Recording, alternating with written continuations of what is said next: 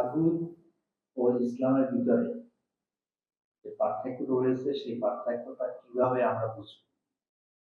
তাগুত এবং ইসলাম এই দুইটা শব্দ একটা বিশেষ ধরনের শব্দ, বহুল প্রচলিত আরবি শব্দ। এগুলা কোরআনেরই শব্দ।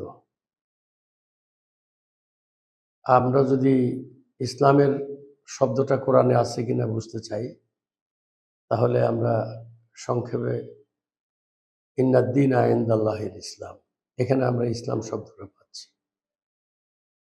আর যদি তাগুতটা আছে কিনা, আমরা সেটা যদি সরাসরি কোরআনে আছে কিনা বুঝতে চাই, তাহলে দুইটা জায়গায় আছে, আরো অনেক জায়গায় আছে। ইম্পর্টেন্ট দুটো জায়গায় আছে। একটা জায়গা হচ্ছে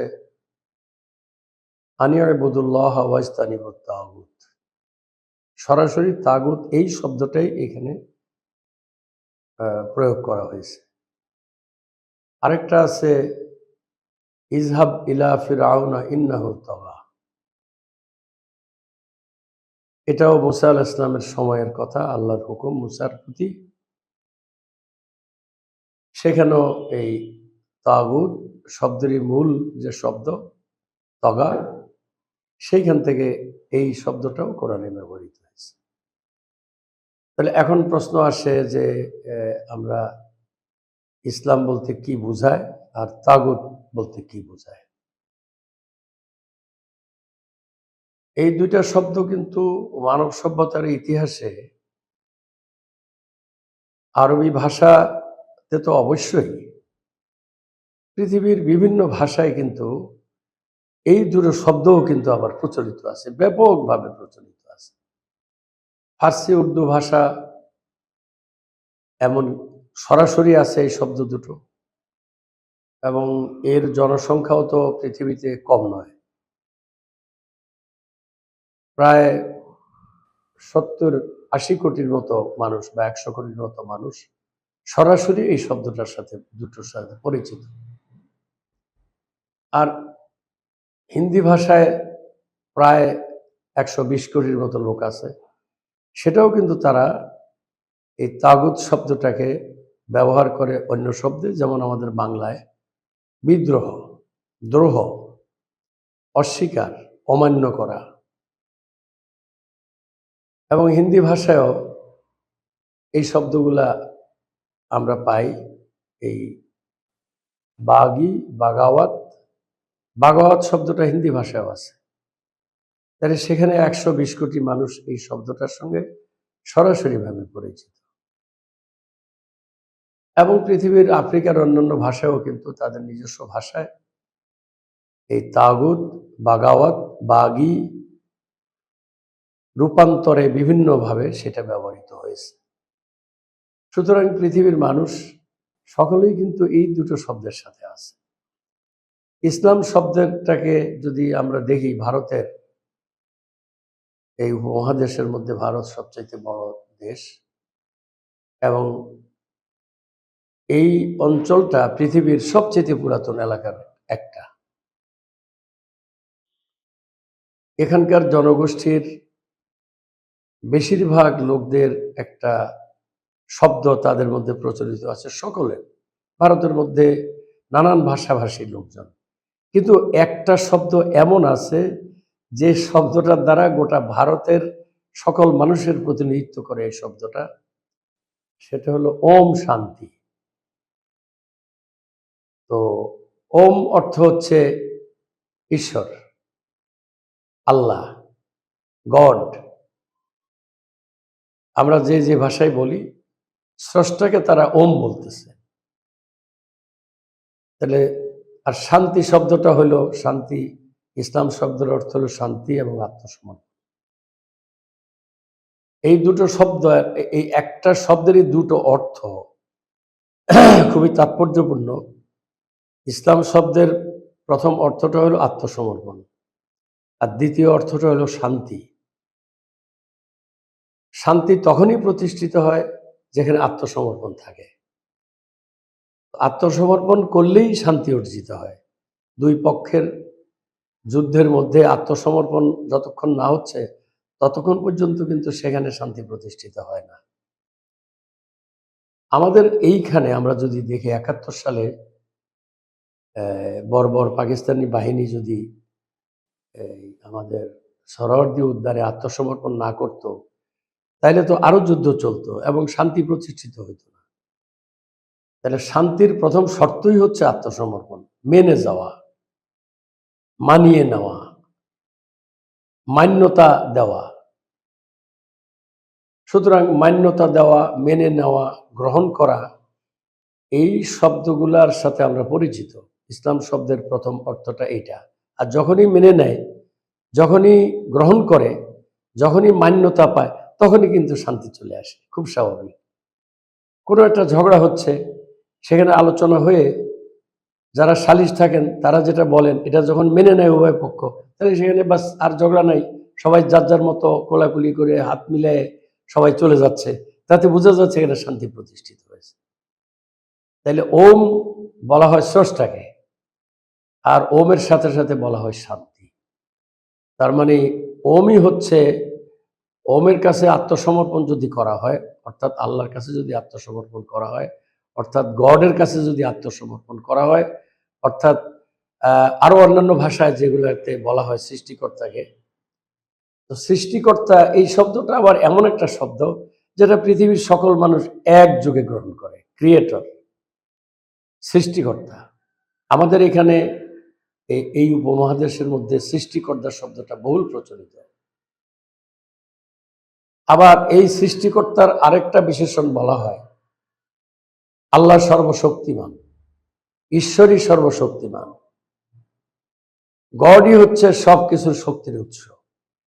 এটাও কিন্তু পৃথিবীব্যাপী এক ধরনের ঐক্যমত হয়ে আছে মানুষের মধ্যে। সুতরাং আমরা ইসলামকে যদি একদম এই আলোচনার প্রেক্ষিতে কনক্লুশনে যেতে পারি, তার মানে হচ্ছে ইসলাম মেনে নেওয়া, মানা, মানিয়ে নেওয়া, আত্মসমর্পণ করা, এবং এই মানিয়ে নেওয়া, মেনে নেওয়া, আত্মসমর্পণের ভিত্তিতেই শান্তি প্রতিষ্ঠিত হয়। সুতরাং আত্মসমর্পণ হলো শুরু ইসলাম শব্দের অর্থের, আর শেষ হলো শান্তি। সুতরাং স্রষ্টার কাছে আত্মসমর্পণেই মানুষের শান্তি। কেন? আমরা তো জানি আমরা নিজেদেরকে আমরা কেউ সৃষ্টি করি নাই। আমারটা আমি জানি, আপনারটা আপনি জানেন। বাংলাদেশের এই ১৭ কোটি মানুষের মধ্যে এর আগে বাংলাদেশের স্বাধীনতার সময় ৭.৫ কোটি মানুষ ছিল। তখনও আমরা এটা শুনি নাই যে কেউ এই কথা বলেছে যে আমি আমাকে সৃষ্টি করেছি বা আমরা আমাদেরকে সৃষ্টি করেছি। আমাদের সংসদও কোনোদিন এই রেজুলেশন পাশ করে নাই যে আমরা আমাদেরকে সৃষ্টি করেছি। আমাদের পূর্বপুরুষরাও তা করে নাই। এই গ্লোবাল ভিলেজের কোনো মানুষ কোনোদিন এই পৃথিবীতে এটা দাবি করে নাই। সুতরাং সকলে এ কথার উপরে একমত, একজন স্রষ্টা আছেন। স্রষ্টা আছেন। স্রষ্টা কয়জন আছেন? এক না একাধিক? এই ব্যাপারটাও মীমাংসিত, এবং এখানেও মানুষ সকলে একমত যে একাধিক যদি সৃষ্টিকর্তা থাকে, তাহলে এই মহাবিশ্বের বর্তমান যে শৃঙ্খলা আমরা লক্ষ্য করি, এটা থাকতো না, ধ্বংস হয়ে যেত। সুতরাং এখানে সৃষ্টিকর্তা একজনই। আচ্ছা, এখানে আরেকটা খুবই সহজ বিষয় অথবা ভাববার বিষয়, অথচ সেটা হচ্ছে সৃষ্টিকর্তা কেন বলছি আমি?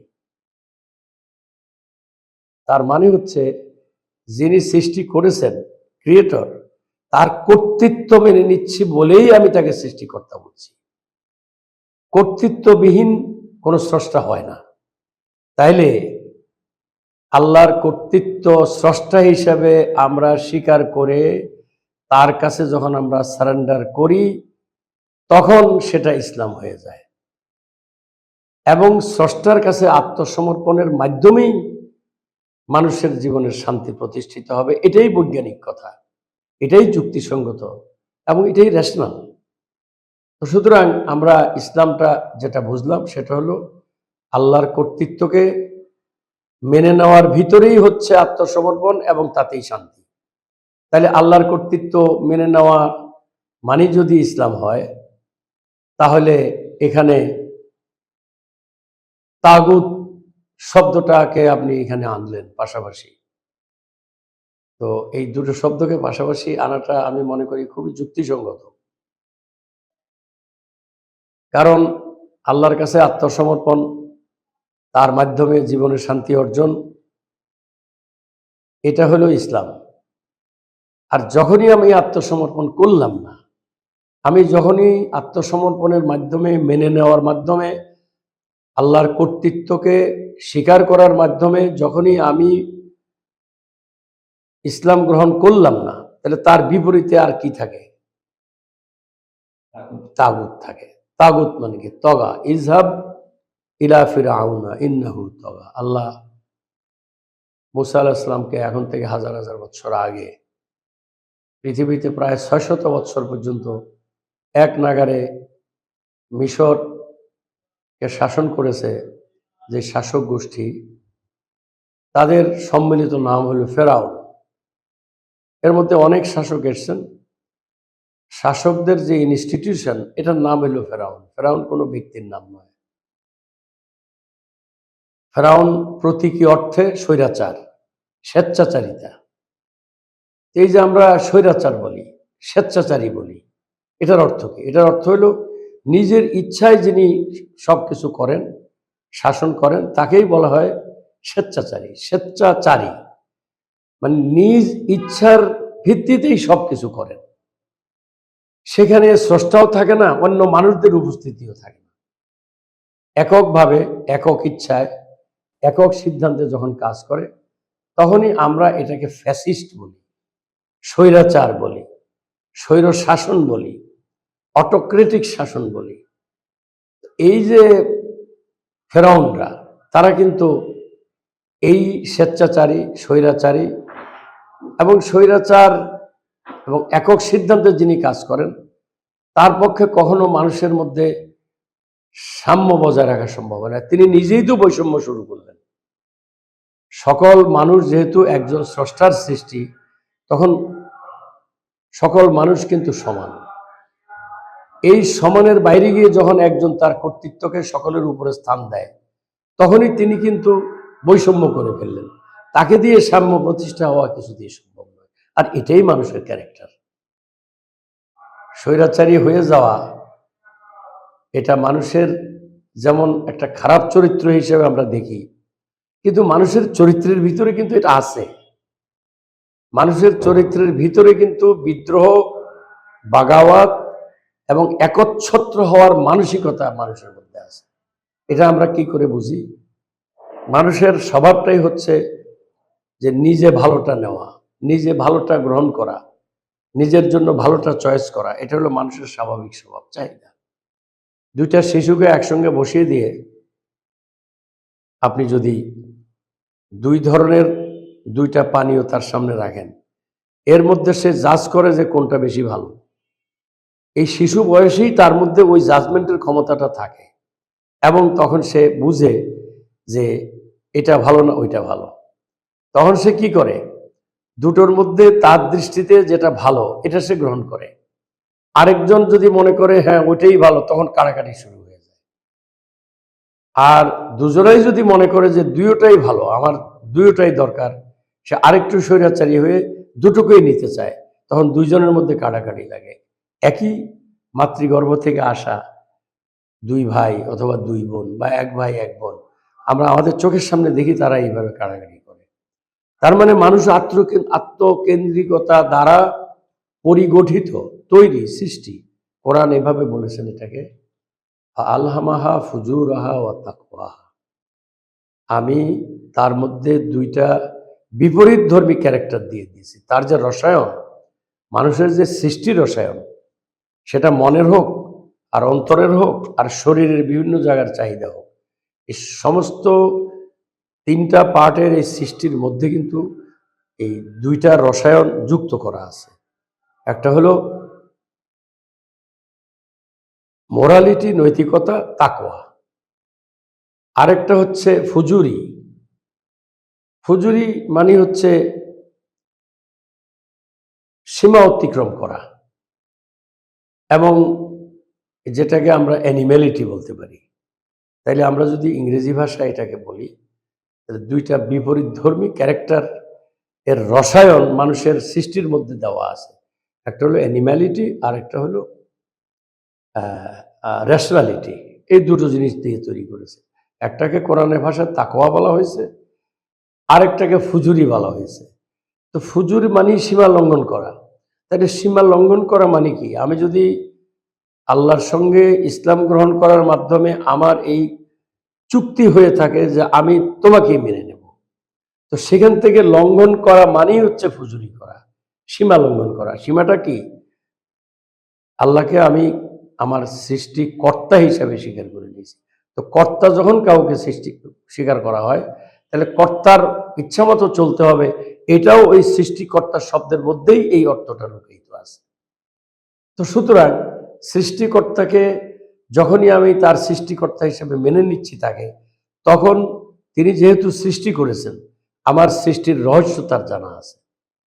আমার এই সৃষ্টির ভিতরে কি কি চাহিদা দেওয়া আছে, কি কি দৃষ্টিভঙ্গি দেওয়া আছে, কি কি সীমা লঙ্ঘনের অনুপাত দেওয়া আছে, কি কি সীমার ভিতরে থাকার অনুপাত দেওয়া আছে, এ সব কিছু তিনিই জানেন। এবং তিনি আমার জন্য একটা প্রেসক্রিপশন দিবেন যে আমার লাইফটা কিভাবে চলবে, এবং আমার লাইফের গতিধারাও তিনি নিয়ন্ত্রণ করবেন। এবং শুধু তাই না, এই লাইফের শুরু কোথায় শেষ কোথায় এটাও তিনি নির্ধারণ করবেন অ্যাজ ক্রিয়েটর, সৃষ্টিকর্তা হিসাবে। তো সুতরাং সেইটা যদি আমি লঙ্ঘন করি, তার বিধানকে, তার দেওয়া সিস্টেমকে আমার সাথে যদি আমি লঙ্ঘন করি, তাহলে আমি ক্ষতিগ্রস্ত হব। এবং এই ক্ষতিগ্রস্ত হওয়ার সীমা লঙ্ঘন করাটাকেই ফুজুরি বলা হয়েছে। আর এটাকেই বাংলা আমরা বলি মোরালিটি, নৈতিকতা। নৈতিকতার সীমা এবং মোরালিটির সীমা যখনই মানুষ লঙ্ঘন করে, তখনই সে ক্ষতিগ্রস্ত হয়। এখন এই বস্তুগত নৈতিকতা আর চিন্তা ভাবনার জগতের নৈতিকতা, এটাও কিন্তু আলাদা আলাদা ভাগ আছে। সেখানেও যদি আমরা লক্ষ্য করি যে আমি যদি কখনো কোনো বস্তুগত দিক নয়, এটা নৈতিকতার দিক, সেইখানে একজনকে আমি রাগারাগি করেছি, গালি দিয়েছি, এখন কিছুক্ষণ পরে আমার কাছে এই অনুভূতিটা আসবে, দুইটার যে কোনো একটা অনুভূতি আসবে। একটা আসবে যে আমি ঠিক করেছি, ব্যাটারে ঠিক মতো আজকে এই করছি, জব্দ করে দিয়েছি, এটা একটা হতে পারে। আরেকটা হতে পারে যে না, আমি তো তাকে সঙ্গে একটু বাড়াবাড়ি করে ফেলেছি, আমি তো হয়তো আমার দাবিটা ঠিকই আছে, কিন্তু এইভাবে না বললেও তো হইতো। এই দ্বিতীয়টা হলো নৈতিকতা, আর প্রথমটা হলো জৈবিকতা। তাহলে জৈবিকতার যে অনুশাসন মানুষের ভিতরে দেওয়া আছে, যেই রসায়ন দেওয়া আছে, সেইটা যখন জাগরিত হয়, তখন সে মানুষ পরাজিত হয়। সে তখন তার কল্যাণের সীমা অতিক্রম করে অকল্যাণের মধ্যে ঢুকে পড়ে। এটাই হলো ফুজুরি। আর যখন সে তার হিসাবপত্রের মধ্যে নৈতিকতা চলে আসে, তার ভুলটা সে বুঝতে পারে এবং সংশোধন এবং শুধরানোর দিকে যায়, তখন কিন্তু তার পরিচ্ছন্নতা আসে, তার অগ্রগতি, উন্নতি এবং কল্যাণের দিকে সে ধাবিত হয়। এটা আমরা আমাদের, যদি গড বাদ দিয়ে দেই, আল্লাহ বাদ দিয়ে দেই, আমরা আমাদের এই এই যে জীবনটা নিয়ে আমরা চলি, আমাদের মনের ভিতরে যে ভাব আসে, মস্তিষ্কে যে চিন্তা আসে, এগুলাকে যদি আমরা অ্যানালাইসিস করি, তাইলেও আমরা দেখব যে এইখানে আমরা নৈতিকতার বস্তুগত দিক থেকে আর চিন্তা এবং ভাবনার দিক থেকে যে নৈতিকতা, এই দুইয়ের মধ্যে পার্থক্য করে আমাদের জীবনটাকে কল্যাণের পথে এগিয়ে নিয়ে যাওয়ার কিন্তু চেষ্টা হচ্ছে না যে তা নয়। কিন্তু যে আমাকে সৃষ্টি করলেন, যিনি ক্রিয়েটর, তার ক্রিয়েশনের সাথে আমার যে যৌগিক এবং নৈতিক সম্পর্ক, এটাকে যখনই অস্বীকার করে আমি একাই আমার জীবনের কল্যাণ এবং উন্নতির চিন্তা করি, তখন আমি পারি না। কেন পারি না আর কেন পারবো না, এবং এই পারি না এবং পারবো না যেটা, এটা আমার এখতিয়ার বহির্ভূত কিনা, এটাও চিন্তা করা দরকার। মানুষের ক্যারেক্টারটা কি, মানুষের যে জৈবিক অবস্থানটা আছে, শারীরিক জৈবিক অবস্থান, তার ভিতরে মানুষ হাত দিয়ে কাজ করে, পা দিয়ে পদক্ষেপ নেয়, হাঁটে, চোখ দিয়ে দেখে, কান দিয়ে শোনে, মন দিয়ে বুঝে, মস্তিষ্ক দিয়ে চিন্তা করে। এই তো মানুষের জায়গা, এগুলোই তো। তা এখন এগুলা কি সব তার নিয়ন্ত্রণে মানুষের? আমরা কি বলতে পারি এগুলো আমার নিয়ন্ত্রণে? আমি যে কখন কি চিন্তা করে ফেলছি, আমি নিজেই জানি না। আমার চিন্তার উপরেই আমার নিয়ন্ত্রণ নাই। আমার এখন চিন্তা করা দরকার ছিল যেটা, সেটা চিন্তা বাদ দিয়ে হঠাৎ করে আমি আরেক জায়গায় চলে গেছি। আমি এখন যা বলছি এই বলার ভিতর দিয়েও কিন্তু পুরাপুরিভাবে আমার এই বলার সাথে আমি থাকতে পারছি না। এর ভিতর দিয়ে অন্য চিন্তা আমার মনে আসছে। তার মানে আমার চিন্তার উপরেও কিন্তু আমার নিয়ন্ত্রণ নেই। এটা আমি নিজেই বস্তুগতভাবে বুঝি। আমার বলা, আমি ভাবি যে আমি সুন্দর করে বলবো, ভালো ভাষা দিয়ে বলবো, ভালো স্বর গলা থেকে বের হয়ে আমি একজনকে সন্তুষ্ট করব, সেটাকে আমি পুরোপুরি পারি? আমি যে পারি না, আমার শ্রোতারা, আমার সঙ্গে আমি যার সঙ্গে কথা বলি, তিনি কিন্তু বুঝতে পারেন যে তিনি এতটুকু পারছেন, এতটুকু পারেন না। যিনি বুঝতে পারেন তিনিও কিন্তু আমার মতো সীমাবদ্ধ ক্ষমতার অধিকারে নিয়ে এটা বুঝেন। তাহলে আমার মতো সীমাবদ্ধ সামর্থ্যের অধিকারে নিয়ে যদি কেউ আমার ভুলটা ধরতে পারেন, তাহলে যিনি আমার ভুলটা ধরলেন তারও তো ওই একই অবস্থা। তার মানে হচ্ছে we are on limited spare. আমরা কোনো অবস্থাতেই সীমাহীন অনন্তের মধ্যে নাই। আমরা প্রত্যেকটা মানুষ সীমাবদ্ধতার মধ্যে আছে। তাহলে সীমাবদ্ধ মানুষ কি করে সীমাহীন চিন্তা করবে? করতে পারবে না। আর যেহেতু মানুষ তার নিজেকে নিজে তৈরি করে নাই, সৃষ্টি করে নাই, সেই ক্ষেত্রে মানুষ তার সৃষ্টির রহস্যই তো জানতে পারে না। কারো না কারো কাছ থেকে তাকে জানতে হবে। তাহলে কার কাছ থেকে জানবে?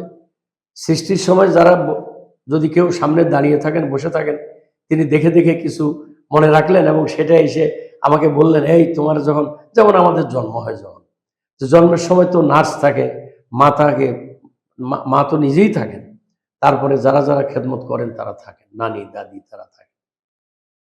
তারা যখন আমাকে বড় হলে বলে, এই তোমার জন্মের সময় আমি ছিলাম, এইরকম দেখেছি, তুমি হাতটা এইভাবে নেড়েছো, বেরিয়ে আসার পরে তোমার এই পরিস্থিতি হয়েছে, আমি তার কাছ থেকে জানতে পারি। সে আমার জন্মের সময় মানে বেরিয়ে আসার সময় মাতৃগর্ভ থেকে এটা সে দেখে, সে বয়ান দেয়। তো এখন আমার যখন মূল সৃষ্টি যখন হয়েছিল, তখন কি কেউ ছিল আমার কাছে এসে বলবে যে তোমার সৃষ্টিটা এভাবে হয়েছে, এই হয়েছে? তা তো কেউ ছিল না। আমার যে সৃষ্টির গোড়ার কথা, সেই গোড়ার কথা কোনো মানুষ দেখেছে এবং সে এসে বলেছে, এমন তো না। তাইলে যিনি সৃষ্টি করেছেন তিনিই শুধু আমার সৃষ্টির প্রথম অবস্থাটা জানেন। তিনি না বললে আমি কিছুতেই জানতে পারবো না আমার উত্থানটা কিভাবে, আমার সৃষ্টিটা কিভাবে। এখন আমাকে ওই স্রষ্টার কাছে বারবার ফিরে যেতে হয়। যেহেতু আমি সীমাবদ্ধ, আমার সামর্থ্য, আমার চোখের সামর্থ্য, চিন্তার সামর্থ্য, মনের সামর্থ্য, হাতের সামর্থ্য, পায়ের সামর্থ্য, এই সব কিছুই সীমাবদ্ধতার অধীনে। সেই সীমাবদ্ধতাটাও আবার কিন্তু অনেক পার্থক্য আছে। যখন শিশুকালে থাকে তখন আমার পায়ের সীমাবদ্ধতাটা এমন যাবে, দাঁড়াতেই পারি না। দাঁড়ানোর আগে আমাকে হামাগুড়ি দিতে হয়, তারপরে ধীরে ধীরে বসা শিখতে হয়, তারপরে আমি দাঁড়াতে পারি। তাও আবার কেউ একা একা কোনোদিনও দাঁড়িয়ে যায় না। দাঁড়ানোর ভাবটা আসার আগেই ভাই হোক, বোন হোক, মা হোক, বাবা হোক, দাদা হোক, দাদি হোক, কেউ না কেউ আমাকে আস্তে আস্তে ধরে ধরে উঁচু করে দাঁড়িয়ে রাখে, দাঁড়িয়ে রেখে আবার হাসে এবং আমাকে আবার চলতে সাহায্য করে। তাহলে বোঝা যায় এই দাঁড়ানোর কাজটাও আমি নিজে নিজে করতে পারি না, আমাকে করাইয়া দিতে হয়। এক পর্যায়ে গিয়ে আমি এই সামর্থ্যটা অর্জন করি। তাহলে এখানেও সীমাবদ্ধতা আছে। প্রথম দিক থেকে আমি একই রকম ছিলাম না। আমাকে ধারাবাহিকভাবে একটার পর একটা আরেকজনের সহযোগিতা নিয়ে আমাকে একটা অর্জনের অবস্থায় যেতে হয়েছে। আমার হাতের অবস্থাটাও কি আমি প্রথম দিন থেকে একইভাবে এখন যেভাবে ব্যবহার করি এভাবে করতে পারি? পারি না। আমার দৃষ্টিশক্তি, আমি এই 1 ঘন্টা আগে কি কি দেখেছি, এটা কি আমি লিখে রাখলে সবটা লেখা যাবে?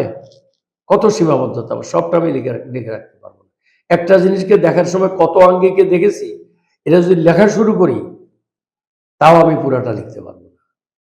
তো আমার দেখা, আমার শোনা, কতটুকু আমি শুনি, এই শুনি না, এই দেওয়ালের বাইরে কি হচ্ছে আমি শুনি না। আমি দেখি কতটুকু দেখি, সামনে দেখি, এই দেওয়ালের বাইরে কি আমি দেখি না। তাইলে আমার শরীরটা কিভাবে গঠিত হয়েছে ভিতরে, অন্য মানুষেরা গবেষণা করে আমাকে পোস্টমর্টেম করে তারপরে আমার কাছে যদি বলে আমি জানি, তা আমাকে কেটে পোস্টমর্টেম করার পরে তো আমি থাকি না, শুনবো কি?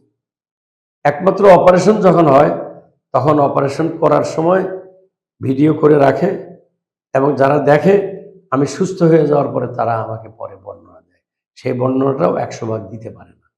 তার মানে এত লিমিটেশনস নিয়ে আমি আমার চলার পথ নির্ধারণ করব, এটা তো যৌক্তিক না। এটা কখনো হতেই, এটা রেশনাল নয়, এটা কখনো লজিক এটাকে অ্যালাউ করে না। আমার স্রষ্টার কাছ থেকে আমাকে আমার জীবন চলার গাইড নিতে হবে। আরেকটা বড় কারণ, আমার লাইফটা সম্পর্কে আমি দেখি জন্ম থেকে আমার মৃত্যু পর্যন্ত। মৃত্যুর পরে আমরা কোথায় আছি, কি হচ্ছে, আমি কি দেখেছি আজ পর্যন্ত? কোনো মানুষকে দেখেছে? একজন মানুষকেই শুধু দেখানো হয়েছে, তিনি দেখে এসে পৃথিবীর মানুষকে বলেছেন, তার নাম হচ্ছে মুহাম্মদ সাল্লাল্লাহু আলাইহি ওয়াসাল্লাম। তাকে জীবদ্দশায় এই পৃথিবী থেকে পরবর্তী জীবনটা দেখিয়ে আনা হয়েছে এবং পৃথিবীর কাছে তিনি যা বর্ণনা করেছেন তা আমরা জানি। সুতরাং সেটাও তিনি সবকিছু দেখতে পারেন নাই, পুঙ্খানুপুঙ্খ সবকিছু তার পক্ষে দেখা সম্ভব হয়নি। তার মানে আমাদের জানার বোঝার ক্ষমতা সীমাবদ্ধ। আমরা এই গোটা লাইফ নিয়ে চিন্তা ভাবনা করে ওয়ে অফ লাইফ আমরা ঠিক করব নিজেরা, এটা কখনো যুক্তিসঙ্গত হয় না, এটা রেশনাল না, এটা লজিক্যাল না। সুতরাং আমাদের ওই সৃষ্টিকর্তা থেকে নিতে হবে। এই যে আমাদের পার্শ্ববর্তী দেশ ভারতের দুইটা তাদের থাকে পরিষদ, একটা হলো লোকসভা জাতীয় পরিষদ, আর একটা থাকে প্রাদেশিক পরিষদ রাজ্যসভা। তো রাজ্যসভাকে বলা হয় বিধানসভা, আর এর যারা সদস্য তাদেরকে বলা হয় বিধায়ক। বাংলাতে বলে এমপি ইংরেজিতে, আর বাংলায় বলে বিধায়ক। মানে বিধান যিনি তৈরি করেন তিনি বিধায়ক। আর আমাদের গোটা জিন্দেগির যিনি বিধান তৈরি করেন তাকে আমরা কি বলি? কর্মবিধায়ক। আমরা বলি ভাগ্য বিধাতা। এগুলো কাকে বলি? আমরা আমাদের সৃষ্টিকর্তাকে বলি। তাহলে এখন দাঁড়ালো এই যে মানুষ তার নিজের সৃষ্টি সে করে না, তাকে একজন স্রষ্টা আছে। শুধু মানুষেরই না, মানুষের আশেপাশে যা কিছু দেখা যায় তার ভিতরে আমাদের এই মহাবিশ্বের মধ্যে অসংখ্য নক্ষত্ররাজি, সূর্য, চন্দ্র, তারপরে এই পৃথিবী, এ সব কিছু তো স্রষ্টা আছে। আমার যেমন স্রষ্টা আছে, এগুলোরও স্রষ্টা আছে। এগুলো তার নির্দিষ্ট নিয়মে চলে। সে নির্দিষ্ট নিয়মে যে চলে, এটাকে পিছন থেকে কেউ চালায়, এবং চালায় বলেই সে চলে। আর সেও যেহেতু সৃষ্টি, সে কিন্তু ওই স্রষ্টার নিয়ম অনুযায়ী সে চলছে। এই জন্য সৃষ্টির মধ্যে আমাদের স্রষ্টার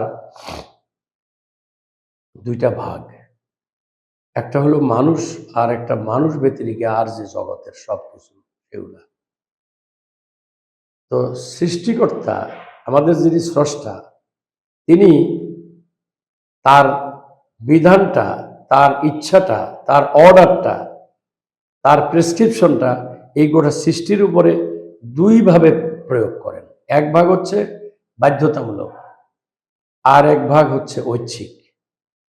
বাধ্যতামূলক যেটা, সেটার কোনো হিসাব হবে না, এবং সেটা সে করতে বাধ্য হবে, ওই বিধানটা মানতে, এবং সে মানে। যেমন গাছপালা, তরুলতা যদি আমরা তাকাই, মাছ, সমুদ্র, এদের একটা বিধান দেওয়া আছে। ওরা কিন্তু ওই বিধান মোতাবেকই সে চলে। বীজ লাগাবে, অঙ্কুরিত হবে, পত্রপল্লব ছড়িয়ে পড়বে, যে ফল দেওয়ার তাকে ওইভাবে ডিভাইস দেওয়া আছে, সে ফল দিবে। কবে ফল ধরবে, কবে ফল ম্যাচিউর হবে, কবে ফল পাকবে, কবে সে পড়ে যাবে ঝরে, এবং কখন সে মানুষকে খাবে, এগুলো পূর্ব নির্ধারিত। এটা যার জন্য, যেই গাছের জন্য যেটা নির্ধারিত আছে, সে তার ব্যতিক্রম করে না, করতে পারে না। ওই এখতিয়ারটাই তার রাখা হয় নাই। তো এখন আমরা এই যে সৃষ্টির যেই নাবাতাত যেটাকে বলা হয়, এই নাবাতাতটা হলো যত মানুষ এবং মানুষ ব্যতিরিকে আর পশু পাখি ব্যতিরিকে, এগুলোকে নাবাতাত বলা হয়। আরবি নাবাতাত শব্দ থেকে আসছে এটা। তো ওদেরকে যেই বিধান দিয়ে দেওয়া আছে তারা ওই বিধান মোতাবেকই চলছে। সমুদ্র তার বিধান মোতাবেকই চলছে, মৎস্য জগৎ তার বিধান মতোই চলছে, সেখানে কোনো ব্যতিক্রম নাই, যার ফলে সেখানে অশান্তিও নাই। তারা আত্মসমর্পণ করেই আছে। আত্মসমর্পণের বাইরে তাদের ইচ্ছা শক্তি ব্যবহারের কোনো সুযোগ রাখা হয়নি। শুধুমাত্র মানুষের বেলায় এই দুইটা অপশানই, মানুষের বেলায় দুইটা ব্যবস্থাই মানুষের মধ্যে আছে।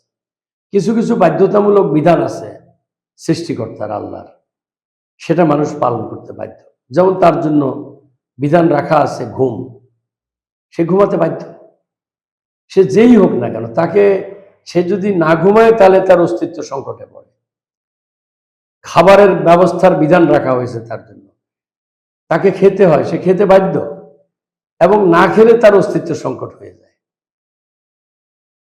শোনা তার কানের বিধান দেওয়া আছে, কান দিয়ে শুনবে, সে কান দিয়ে শুনতে বাধ্য, এবং সেটা পরে স্বাচ্ছন্দ্য বোধ করে। যদি কান কখনো বিকল হয় তখন এটাকে ভালো রাখার জন্য সে চেষ্টা করে। পা দেওয়া হয়েছে হাঁটার জন্য, সে যদি না হাঁটে তার ক্ষতি হয়ে যায়, এবং হাঁটা চলার মধ্যে থাকলেই সে ভালো থাকে, তার অস্তিত্বের প্রশ্ন এখানে। এইভাবে কতগুলা বাধ্যতামূলক দেওয়া আছে, সেই বাধ্যতা, এমনকি পায়খানা প্রস্রাব, এই কাজটা কিন্তু মানুষের পছন্দের না, তারপরেও কিন্তু মানুষ এটা করতে বাধ্য হয়। যদি জিজ্ঞাসা করা হয় সব মানুষকে যে যদি ব্যবস্থাটা এমন হয় যে এখন পায়খানা প্রস্রাব আর হবে না, অথচ শরীর সচল থাকবে, সবাই রাজি হয়ে যাবে, দরকার নেই ঝামেলা, কিন্তু তারপরে একটু মানুষ করতে বাধ্য হয়। এই অপছন্দনীয় জিনিসটাকে আবার কিন্তু নিজের খাওয়ার টেবিলের পাশেই রাখা লাগে বাথরুম। এখানে খায় আর ওখানে গিয়ে আবার বাথরুমে ব্যবহার করে। এই যে কতগুলা জিনিস বাধ্যতামূলক রাখা হয়েছে, আর যেটা ঐচ্ছিক রাখা হয়েছে তার কাছে আল্লাহর বিধানের বাকি যে অংশ, তার জীবনের আর যে কাজকর্ম আছে, খাওয়া দাওয়া, ঘুম, পায়খানা প্রস্রাব, এগুলা ছাড়া বাকি যে তার জিন্দগির যে কাজ আছে, পরিবার পরিচালনা, সমাজ পরিচালনা, রাষ্ট্র পরিচালনা, গোটা পৃথিবী পরিচালনা, সত্য মিথ্যার পার্থক্য করা, বিচার করা, শিক্ষা লাভ করা, শিক্ষা দেওয়া, দেশ সমাজের আরো যে সমস্ত কাজকর্ম থাকে ব্যক্তিগত পর্যায়ে এবং সম্মিলিত পর্যায়ে, এগুলোর ব্যবস্থাপনা তৈরি করা। এবং এই ব্যবস্থাপনাটা সে কি তার স্রষ্টার কাছ থেকে নিবে না নিজে নিজে করবে, এই ঐচ্ছিকতাটা তার মধ্যে রাখা আছে। সে ইচ্ছা করলে আল্লাহর কাছ থেকেও নিতে পারে, সৃষ্টিকর্তার কাছ থেকেও নিতে পারে। আর যদি সে মনে করে না এটা সৃষ্টিকর্তার কাছ থেকে নেব না, তাহলে নিজে নিজেও সে এটার জন্য ট্রাই করতে পারে, এবং এই ট্রাই করে কিছুটা সাফল্য তার আসবেও। এইটুকু ক্ষমতা মানুষের মধ্যে আল্লাহ তাআলা দিয়ে দিয়েছেন। এখন এখানে বাজ বিচারটা হবে এই যে সে আল্লাহর বিধানের স্রষ্টা হিসেবে যে অঙ্গীকারটা করেছে, যে তার বিধানকে সে মেনে নিবে, তার কর্তৃত্বকে সে মেনে নিবে, মানে তার কথা মতো তার জীবন পরিচালনা করবে। এইটাই হচ্ছে ইসলাম, যে সৃষ্টিকর্তা, আমাদের যিনি সৃষ্টিকর্তা, সকলের সৃষ্টিকর্তা এক যুগে বলি আমরা, কেউ বলি আল্লাহ, কেউ বলি গড, কেউ বলি ঈশ্বর, কেউ বলি ভগবান। আসলে কিন্তু এই নামটা, আল্লাহর নাম নিজে, এটা কোনো মানুষ রাখে নাই, ভোটাভুটি করে নাম হয় নাই। ইমাম সাহেবের কাছ থেকে গিয়ে জন্মের পরে যেভাবে আমরা নাম নিই বা বই দেখে নাম ঠিক করি, পছন্দ করি, এটা কিন্তু আমরা কেউ রাখি না। এই পৃথিবীর কোনো নাম, সৃষ্টিকর্তার নাম আল্লাহ রাখে না, আল্লাহ নিজেই নিজের নাম রেখেছেন। তো যিনি তার নিজের নামটা আল্লাহ রেখেছেন, এটা পৃথিবীর সৃষ্টির শুরু থেকেই আল্লাহ শব্দটা আল্লাহ মানুষের কাছে দিয়েছেন। এবং আমাদের সৃষ্টির শুরুতে যে মূল মানুষ তৈরি করেছেন আদম, তাকে সৃষ্টি করার শুরুতে যে কাহিনীটা আমরা আল্লাহর কাছ থেকে পাই, যে ন্যারেটিভ পাই, যে বয়ান পাই, সেখানে আল্লাহ শব্দটাই আল্লাহ নিজের বেলায় উল্লেখ করেছে। পরবর্তী পর্যায়ে মানুষ অনেক কিছুকে এডিট করেছে, তার মধ্যে আল্লাহর নিজের রাখার নাম আল্লাহটাকেও তারা এডিট করে, কেউ গড বানিয়েছে, কেউ ঈশ্বর বানিয়েছে, কেউ ভগবান বানিয়েছে, কেউ বলছে যে অবতার, নানান ধরনের করেছে। এখন ইসলাম অর্থ যদি, ইসলাম আত্মসমর্পণের নাম, এবং আত্মসমর্পণের মাধ্যমেই ইসলামের শান্তি আসে। সুতরাং ইসলামের যেই অবৈধানিক অর্থ, সেটা হচ্ছে ইসলাম মানে আত্মসমর্পণ এবং শান্তি। আর এটার যে প্রচলিত অর্থ, সেটা হচ্ছে আত্মসমর্পণের মাধ্যমে আল্লাহর কাছ থেকে মানুষ বিধান পাবে, সেই বিধান যখন সে মেনে চলবে তখনই তার মধ্যে শান্তি আসবে। এখন আল্লাহ তাআলা তার এই বিধানের নাম নিজেই ইসলাম রেখেছেন, এবং এইটা হচ্ছে গোটা জীবনকে কভার করে। এটার নাম দিয়েছেন আল্লাহ দিন, আর এই দিনটার নাম দিয়েছেন আল্লাহ ইসলাম। এই জন্য বলছেন ইন্না দ্বীন ইনদাল্লাহিল ইসলাম। গোটা জীবনের সমস্ত ব্যবস্থাবলী সহ যেই ব্যবস্থা কাঠামো, ব্যবস্থাপনা, এটার নাম আল্লাহ বলছেন দিন। আর এই দিনটার ব্যবস্থাপনার, জীবন ব্যবস্থার নাম আল্লাহ নিজেই ইসলাম দিয়েছেন। তাইলে ইসলামের শব্দের অর্থের সাথে এবং আল্লাহর যে ব্যবস্থাপনার দিন, এটা মানার ভিতর দিয়েই মানুষের শান্তি নির্ভর করে, নিহিত থাকে। সুতরাং ইসলাম অর্থ যেমন আত্মসমর্পণ, যেমন শান্তি, আর ইসলামের ব্যবস্থাপনার নাম হলো দিন। সুতরাং আমরা কথায় কথায় বলি কিন্তু দিন ইসলাম, মানে আমাদের জীবনের ব্যবস্থাপনাটা কি, এটার নাম কি ইসলাম। এবং ইসলাম মানুষের সৃষ্টি জগতের শুরু থেকেই এই ইসলামই ছিল দিন। হযরত আদম থেকে শুরু করে যত লিডার অফ দি সিভিলাইজেশন, সভ্যতার যারা নেতা, তারা কিন্তু নবীগণই সভ্যতার নেতা। আর সভ্যতার অন্যদেরকে যাদেরকে নেতা বলা হয়, তারা কিন্তু নবীদের বিপক্ষীয় নেতৃত্বের নেতা। আল্লাহর বিধানের ভিত্তিতে আল্লাহ নিজেই মানুষের জন্য নেতৃত্ব চয়েস করেছেন। সেখানে বলা হয়েছে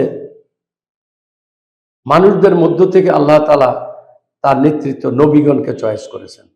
সুতরাং আল্লাহর চয়েসকৃত নির্ধারিত যে লিডার, সভ্যতা গড়ে তোলার জন্য আল্লাহর বিধানের ভিত্তিতে, ইসলামের ভিত্তিতে, সেটা আল্লাহ নিজেই সেই লিডারশিপ চয়েস করেছেন রসুলদেরকে। এবং কোরআন শরীফেও এই সম্পর্কে আল্লাহর কথা আছে যে আমি মানুষদের মধ্য থেকে রসুল চয়েস করেছি, বার্তাবাহক চয়েস করেছি, শিক্ষক চয়েস করেছি, যে গোটা মানব মণ্ডলীকে আমার বিধানের অধীনে, আমার দ্বীনের অধীনে তারা তাদেরকে পরিচালনা করবে এবং ওই পরিচালনার ভিত্তিতে পৃথিবীতে শান্তি ও নিরাপত্তা প্রতিষ্ঠিত হবে। সাথে সাথে এই দুনিয়ার জীবনের পরবর্তী যে জীবনটা আসবে সামনে, সেই জীবনেও তাদেরকে আমি নিরাপত্তা এবং শান্তি দেব। সুতরাং এই পর্যায়ে আমরা দ্বিতীয় পর্বে যদি আমরা তাগুতের কথা আসি, এই আল্লাহর এই ব্যবস্থাপনাকে, স্রষ্টার সৃষ্টির যে ক্ষমতা, স্রষ্টা হিসেবে তার যে ক্ষমতা, সেই ক্ষমতাটাকে অস্বীকার করা এবং ওই ক্ষমতার ভিত্তিতে মানুষের জীবন পরিচালনার জন্য তিনি যে বিধান দেন, সেই বিধানের নামই হচ্ছে দ্বীন ইসলাম। এটাকে যিনি গ্রহণ করতে রাজি হন না, যিনি এটাকে গ্রহণ না করে নিজের ইচ্ছা মতো তার জীবনের বিধান গড়ে তুলতে চান, তিনি হচ্ছেন বিদ্রোহী, তিনি হচ্ছেন বাগী, তিনি হচ্ছেন তাগুত। বাগিউন শব্দ থেকে বাগাওয়াত, তার থেকে তগিউন থেকে এই তাগুত শব্দের উৎপত্তি হয়েছে। তো তাগুত শব্দ হচ্ছে বিদ্রোহী। আর এই আল্লাহর বিধানকে মেনে না নেওয়াটাই হচ্ছে বিদ্রোহ, আল্লাহর বিরুদ্ধে বিদ্রোহ করা। এই জন্য আল্লাহ তাআলা বলছেন, সমস্ত নবীরাই একই কথা বলে আসছেন, সেটা হচ্ছে আনিয়াবুদুল্লাহ ওয়াস্তানিবুত তাগুত। তোমরা আল্লাহকে, আল্লাহর গোলামীকে গ্রহণ করো, অর্থাৎ আল্লাহ যে বিধান দিয়েছেন সেই অনুযায়ী তোমার জীবনকে পরিচালনা করো। ওয়াস্তানিবুত তাগুত, এবং আল্লাহকে যিনি শুধু সৃষ্টিকর্তা হিসেবে গ্রহণ করলেন কিন্তু আল্লাহর বিধানকে তার জীবনে প্রতিষ্ঠার জন্য গ্রহণ করতে রাজি হলেন না, এই যে বিদ্রোহী, এই যে তাগুত, সীমা লঙ্ঘন করেছেন তিনি। আল্লাহর বিধানকে গ্রহণ করার সীমার ভিতরে তিনি ঢুকলেন না, এর বাইরে থেকে নিজের ইচ্ছা মতো তিনি তার গোটা জীবনের বিধান তৈরি করার যে সিদ্ধান্ত তিনি নিলেন, এটাই তিনি বাগাওয়াত করেছেন, এটাই তাগুত। তো তাইলে ফেরাউন ইন্নাহু তাগা, সে আমার বিধানের পরিবর্তে নিজের ইচ্ছা মতো স্বেচ্ছাচারী এবং স্বৈরাচারী হিসাবে নিজের ইচ্ছার অধীনে সে চালাতে চায়। সুতরাং তাকে আমার ইচ্ছার অধীনে এই সমাজ, দেশ, রাষ্ট্র পরিচালনার দাওয়াত দিয়ে তাকে এখানে নিয়ে আসো। আরেক জায়গায় আল্লাহ তাআলা বলতেছেন, সেটা হচ্ছে আফারাইতা মানিত্তাখাযা ইলাহাহু হাওয়া। হে রাসূল, আপনি কি দেখেছেন ওই ব্যক্তিকে ওই লোকদেরকে যারা নিজেদের ইচ্ছাকে ইলাহা বানিয়ে নিয়েছে। তাই ইলাহ শব্দের অর্থ কি? বিধানদাতা। আর আমাদের কলেমাটাও হচ্ছে লা ইলাহা ইল্লাল্লাহ। ইলাহ হিসাবে অর্থাৎ বিধানদাতা হিসাবে, বিধায়ক হিসাবে, কর্মবিধায়ক হিসাবে আমার গোটা জীবনের চলার জন্য যেই ব্যবস্থা, এই ব্যবস্থাপনা, এই ম্যানেজমেন্টটা কোথার থেকে আসবে? আমার স্রষ্টার কাছ থেকে আসবে। এটাই হচ্ছে মানুষের সঙ্গে লা ইলাহা ইল্লাল্লাহর চুক্তি আল্লাহর সঙ্গে।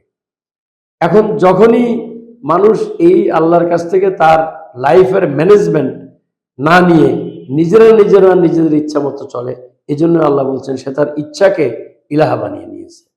ইচ্ছাটাকেই সে বিধান রচনার ক্ষমতাটা সে নিজের হাতে নিজে নিয়ে নিয়েছে। এই কারণেই সে বিদ্রোহী, এই কারণেই সে তাগুত। এই জন্য আল্লাহর ইচ্ছা, আল্লাহর মানসা, আরবি শব্দটা হলো মানসা, ইংরেজিতে বলা হয় wish. The wish of the god or wish of the Allah or wish of the ঈশ্বর, বাইরে গিয়ে মানুষ নিজে নিজে যা কিছুই করার চেষ্টা এবং চিন্তা করে, এটাই হলো তাগুত।